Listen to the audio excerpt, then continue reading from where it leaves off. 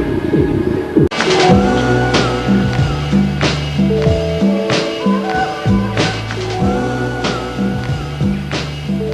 think I would feel like a woman would look over me here.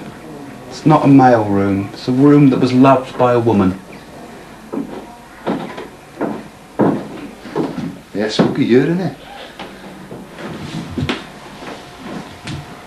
Yeah. I wonder. I picked up some stuff from Princess, and when I was at home, a young princess, but she was like sort of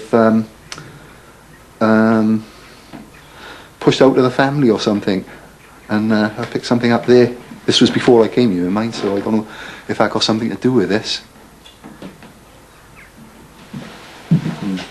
Get some activity around the dressing table. Like someone used to powder themselves in the mirror and that. I'm paying a lot of attention to this at the moment as well. I think there's some history behind this.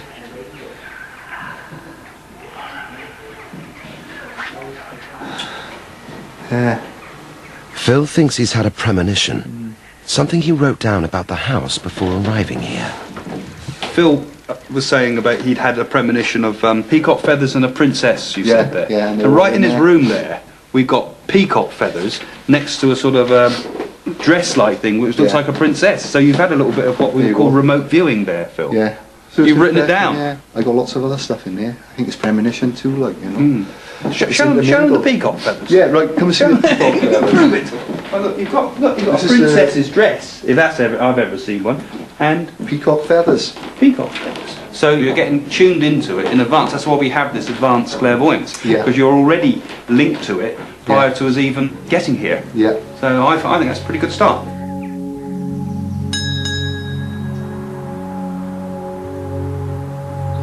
Back at the Hamilton Parkers family home near Southampton, Jane is preparing for a visit from a regular client.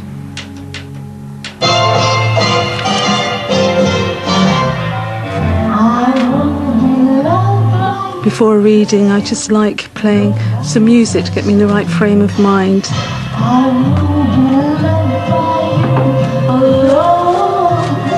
I really enjoy dancing around doing my housework to Marilyn Monroe because it gets me in the mood and it's happy.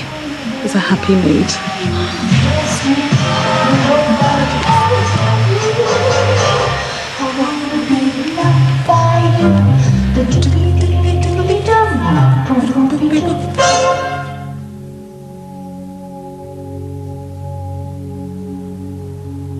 This is my room, which I like to think as my spiritual room. And I like to think of it as a little sanctuary for everybody that comes. Doesn't matter who they are. From a doctor, to a lawyer, to a laptop, to a celebrity.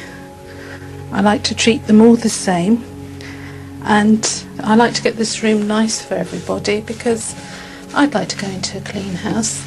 As my grandmother would say, cleanliness next to godliness. And you do see people more than once? I do have a very big, strong following, and people like to feel they can come back to me 2 or 3 times. Perhaps there might be a few years in between. I'm the nearest thing in connection to their loved ones. And I'm very privileged that I can bring those two worlds together.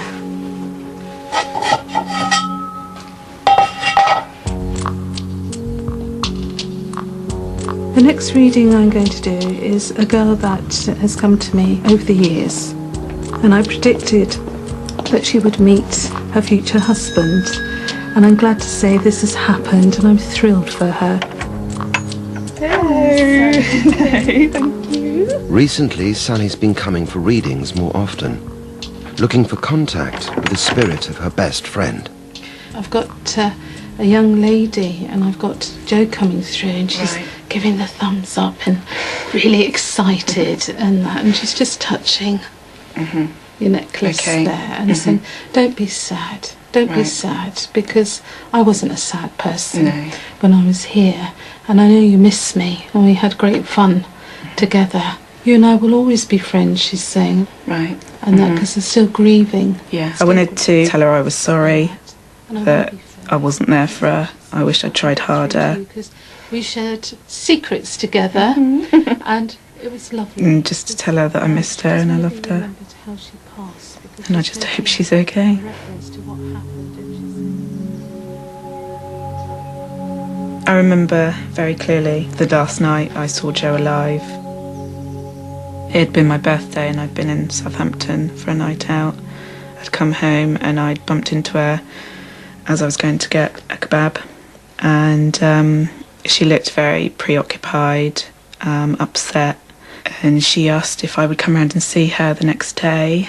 She really needed to speak to me, and I said okay. I left her in the kebab shop, and that's the last time I saw her. That night, Jo was murdered by her boyfriend.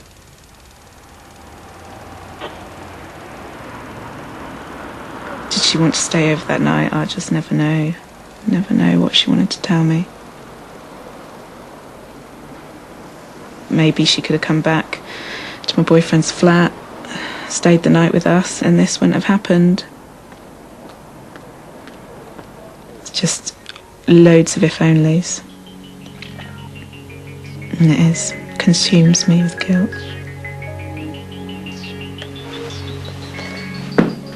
Today, Sally's booked another reading with Jane. Yeah. Fine. You? Yeah, fine. This time, Jo's sister is going too. I've been really worried about it for you, do you know what I mean? So I'm more nervous for you going to this reading than I was for going to mine, so... I've never even been witness to one or anything like that, so I don't really know what to expect. But I have got a few things in my head that I think, well, she says that's going to really convince me. And I've bought a couple of things along with me as well, so which I've got on my person. Right. So she I don't want to say what that is, but yeah. She So says, if she mentions them, then you'll think, yes. I really want it to happen, but sometimes you want it too much, can't you? And then you can make it all sort of fit, and maybe it doesn't. If you're there, come through.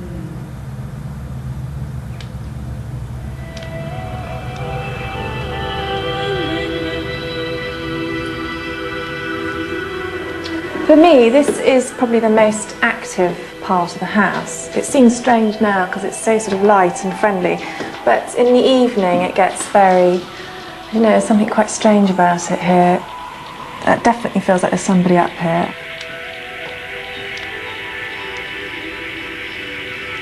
I've heard that piano just play one note on its own. It just feels like there's somebody, particularly in this part here, just standing watching. It's the only way I can explain it. I'm not that comfortable with this part of the house. This is the door where I saw the handle rattling, and I was just kind of going backwards and forwards like this.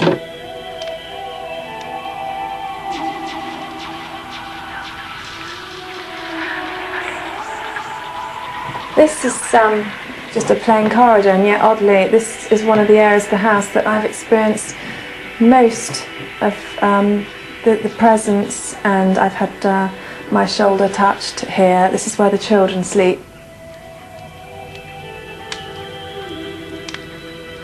I don't know, it seems almost as though it's drawn to the children, so I would be quite interested to see what the psychics make of that. Keep tuned in like we are, and we're going to go to a few spots around the house and see what we can feel.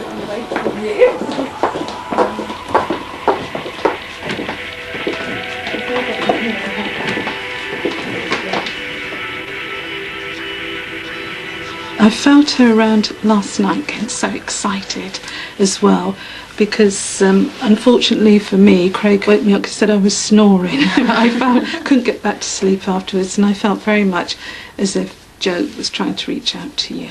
Okay, all right, darling, take your time. I feel as if she's making a link with us, and I feel very much as if she's so happy that you've come, really, really happy. But of course it's sad for you under these circumstances. All right. Talking about looking after a little boy. Would you understand that? Yes. Okay.